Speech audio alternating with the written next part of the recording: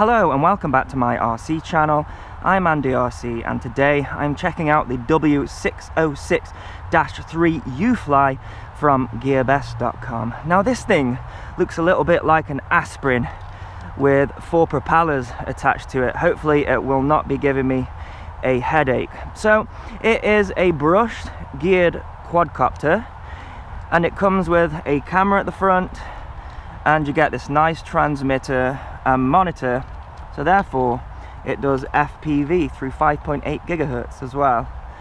So this has some really great features and some not so great features as well, so let's talk through them. First of all, we've got the camera at the front here. Now it looks like it's using a M6 screw thread for the lens, and it's a very narrow field of view, so you're not able to change that. You can alter the angle of the camera just with your finger there, but it still looks like it's facing downwards in its most upright position. So we have this unusual battery bay here, and it requires a screw, and you are given a screwdriver in the kit, but sadly you do have to put the screw in to keep the battery plate in place. So that's a bit of a downer for me, because every time you want to replace the battery you have to take it all apart, get your screwdriver out. Now the battery on the other hand is pretty good. It is a 2-cell 1800 milliamp LiPo, so it's a pretty big battery. It comes with a balance port charger, which is quite nice. It's going to take a while to charge up though, but it's using a JST connector, so I can charge it using my hobby grade charger, which I'm a big fan of. Now it does come with some landing legs, and those just fit in here. Now I probably should have used those because the grass is pretty long here. However, I think it looks better without the landing legs. Looks more sort of a slim profile. So we have this on and off button here that's gonna turn it on and off, and hopefully it's not draining the battery in there, but I would take the battery out just in case that it is one of those quadcopters that powers up when the switch is in the off position. We've got a micro SD card slot here, so as well as it doing FPV, it is going to record in 720p as well, which is quite nice. Now it's an all plastic body. These arms do look metal, but I believe they are just plastic. You are given 2 spare props in the kit. You're also given a micro SD card reader as well. So that is pretty much the quadcopter explained. Let's get on to the transmitter. Now it's a toy grade transmitter. However, I'm happy to see actual hobby gimbals. I hate those Xbox style gimbals. These just provide so much more resolution. So it's a mode 2 transmitter. And you're also given this FPV monitor as well, 5.8 gigahertz. It's got some buttons on it. I'll talk through that in a bit. Now it connects to the transmitter with these 4 screws here, and it's also got a GoPro style attachment there for it to sit on the monitor, which is quite nice. You can adjust the angle quite nicely. Now one thing that I thought was quite interesting is the monitor does not have a built-in battery. Instead it's using this cable which is provided, and this connects to the transmitter here. Now I think that's a good idea. You never have to charge the FPV monitor. However, the transmitter takes 6 AA batteries, and I have a feeling that this monitor is going to drain those batteries pretty quick. But if you're using rechargeable batteries, it's not so bad. I'm not here, unfortunately. These are non-rechargeable AA batteries, so I need to be careful because it's going to drain these batteries pretty quickly. So yeah, this cable here, it powers up the FPV monitor, and it doesn't power up until you have turned the transmitter on. So staying on the back here, we actually have 2 buttons here. So the button that is on the right, this is for your video recording, start and stop, and also taking a photo. I believe you hold it down for a few seconds, that starts video, hold it down again, it stops video, a short press takes a photo. Now this button is an interesting one because the manual states that it does 2 contradicting things. On one page it says that holding this button down does an auto takeoff and holding it down an auto landing, and the other one says that it does aerobatic maneuvers, so flips. So perhaps it's multifunctional. I'll have to check that out. And another thing that it does when you do the auto takeoff is you can't control the throttle using the throttle stick, which is so unusual. What you have to do is use the trim to go up and the trim to go down. I don't think I'm really gonna be using that function. I might check it out, but you're not given access to the throttle when you do the auto takeoff function. Of course, you can just take off normally though, and as far as I can see, there's no arming procedure. So you have to be careful with this as well. As soon as it's bound, the throttle stick is active there. So we have a fake switch up here, which I'm a bit unsure about. We have a switch here that does 1 key return, so I'm not gonna choose that option because I don't like my quadcopter to return in a 1 key way. And then we've got this antenna at the top here, looks like a fake antenna. There's no wire in there. So the rest are for the trims, but then if you don't use the auto takeoff button, this button here turns the LEDs on and off if you lift it up, and then you've got 2 different rates if you press it down. So to turn the lights off, you'd have to go all the way up to turn the lights off and then back to your highest rate for it to go down. So this button here is headless mode, so I'm gonna be avoiding that because I don't like headless mode either. And then this button again is an altitude hold mode, so again it takes away the use of the throttle stick, and when you take off and press it, then the quadcopter is going to keep its height using a barometer on board, but then you don't have any control over here. It's a bit like the V303 that I reviewed. I quite liked how it worked, but usually I prefer the traditional spring-loaded throttle stick, and you can sort of have it in the center when it holds its altitude. But I guess with this model you've got the option for altitude hold and also flying it around normally, so that can be seen as a benefit. So let's get this thing turned on and let's go and fly it. So I'm going to turn the transmitter on first, and then let's turn the quadcopter on with the button. And that's lift the throttle up and down, and then it should bind. So now I'm gonna turn on the FPV monitor. Now the FPV monitor actually has a slot for an SD card, but it doesn't have a built-in DVR, sadly. What it's for is taking the SD card out of the quadcopter, putting it in there, and you can actually play it back, and you've got various menus and stuff. Now there are some icons on here. We have a picture of an airplane. I guess that's saying that it's bound to the quadcopter, or maybe it doesn't do anything. We have got the battery level of the transmitter, and it says that there's no SD card in there, so I need to check that the SD card is installed correctly into the quadcopter. Camera button and also a video button as well. I guess they're going to flash depending which mode you're in. And then we have got the signal strength. I tend to find that those signal strength indicators on toy grade quadcopters do nothing, but it is saying that the SD card isn't installed properly, so let's see if I can do anything about that. I hope it's not broken. Still saying that there's no SD card in there. Let's try the video record function and see if it does anything. No. Hopefully I haven't got a dud here, but so far it's saying that there's no SD card. I wonder if it needs formatting perhaps. So it's still saying there's no SD card there. Remember when I said I hope this thing doesn't give me a headache? I was completely ruining my chances by saying that, wasn't I? Okay, let's turn this off and let's see if I can format it. Now there's snow on the screen, which is quite nice. Well, let's put this SD card in. SD card in, and let's see if I can go into the menu and format it or something.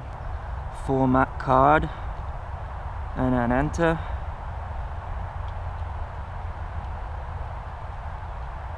Let's try that again.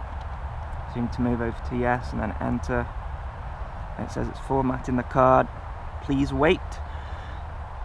Delete finished. I hope this is the problem. Okay, so I have formatted the SD card and it's still not recognizing a micro SD card in the quadcopter. Looks like this thing is going to be a headache. Let's go see if I can find another SD card that will work.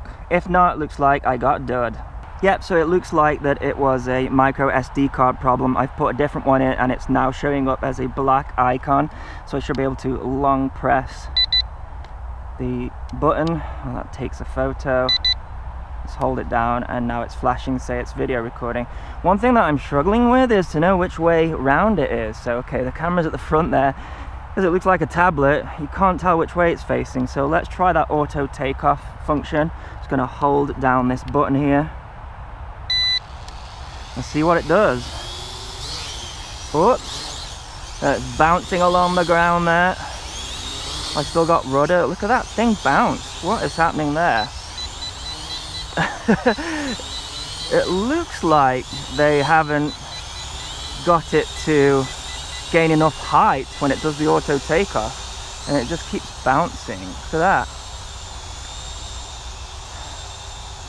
But once it's off the ground, it is settling down a bit, and the lights are flashing to show that it's in that auto takeoff mode, and there's no throttle at all, which is bizarre.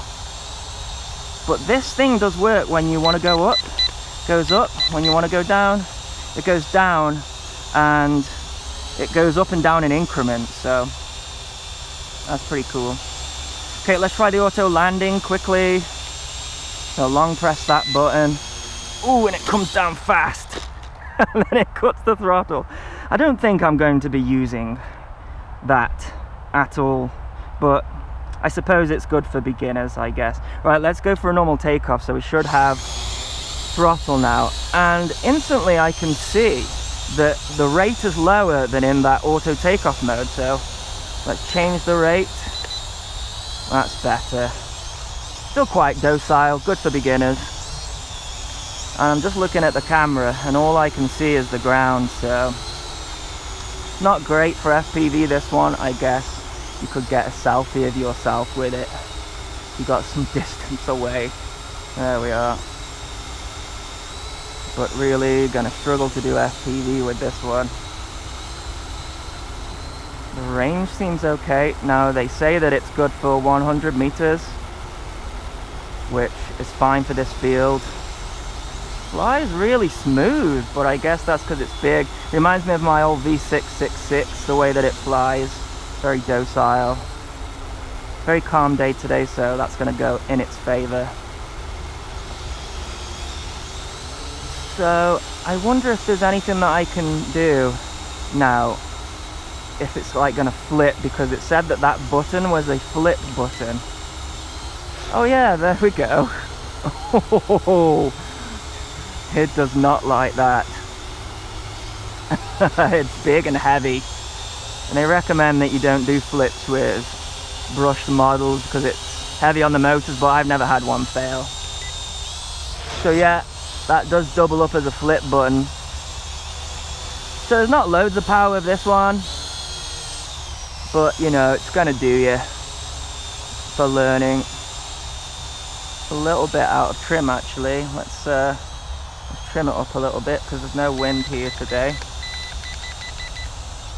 Let's try the altitude hold function.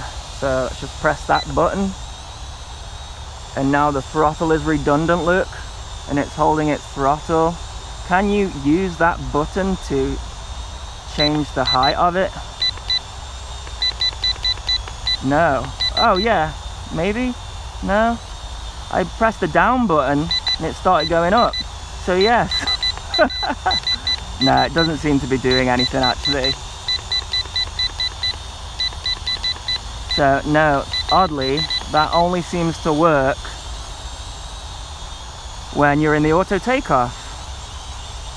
But it does work. The thing is, once you've got your altitude, your designated altitude, you can't change it.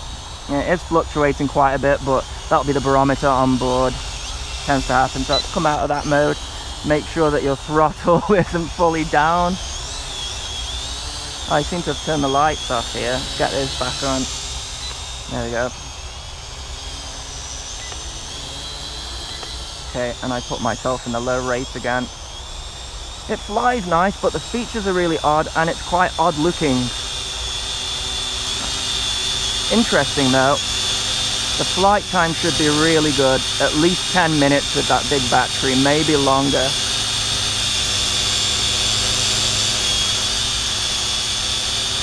Nice and quiet, the gears aren't too loud.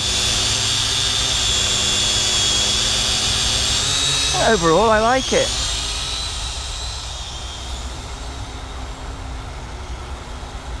Fairly docile, not the fastest of machines. But I would say that I'm a sort of intermediate flying mode 2, and I'm finding it quite nice. Flying at line of sight, they're really not FPV. No indication to whether the files split. I would like to be able to angle that camera further forward, but I imagine with the narrow field of view, it might be quite difficult to see anyways. Battery's lasting really well with this.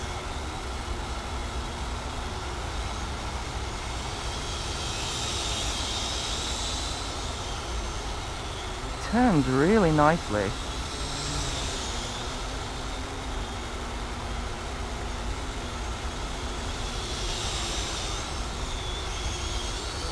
Oh, looks like it's lost power. Let's stop the recording quickly. Hold down that button. FPV signal really clear. So it cut out on me then. I think the battery's getting a little bit low. Let's see if it'll take back off. Yep, fine. I guess the battery's just getting a little bit low now, and I was being a little bit too vigorous with the controls, so I would not go for a flip at this point.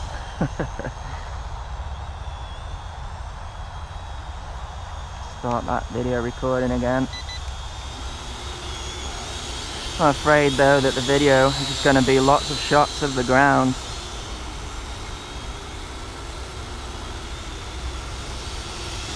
This battery is not giving up at all. Don't even have an LVC.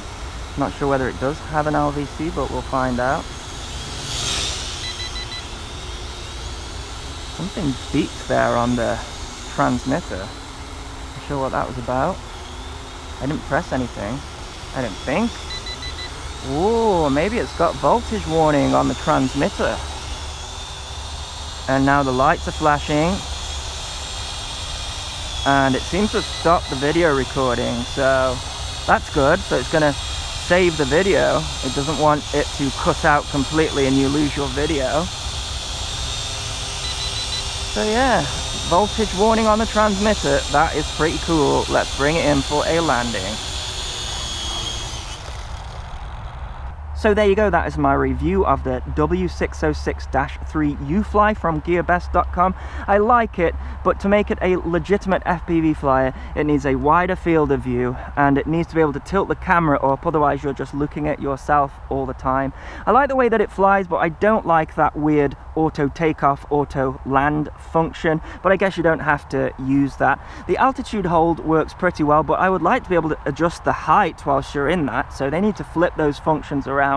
I like how the FPV monitor connects to the transmitter, but I don't like how it uses AA batteries. Would have been nice to see a LiPo in there, but it is toy grade. It's also pretty cool how you can format your SD card and view the videos back. However, it did come with a dud micro SD card, so we have some quality control issues there. So there you go. I hope you enjoyed this review. As always, thanks so much for watching. Please continue to subscribe. Cheers.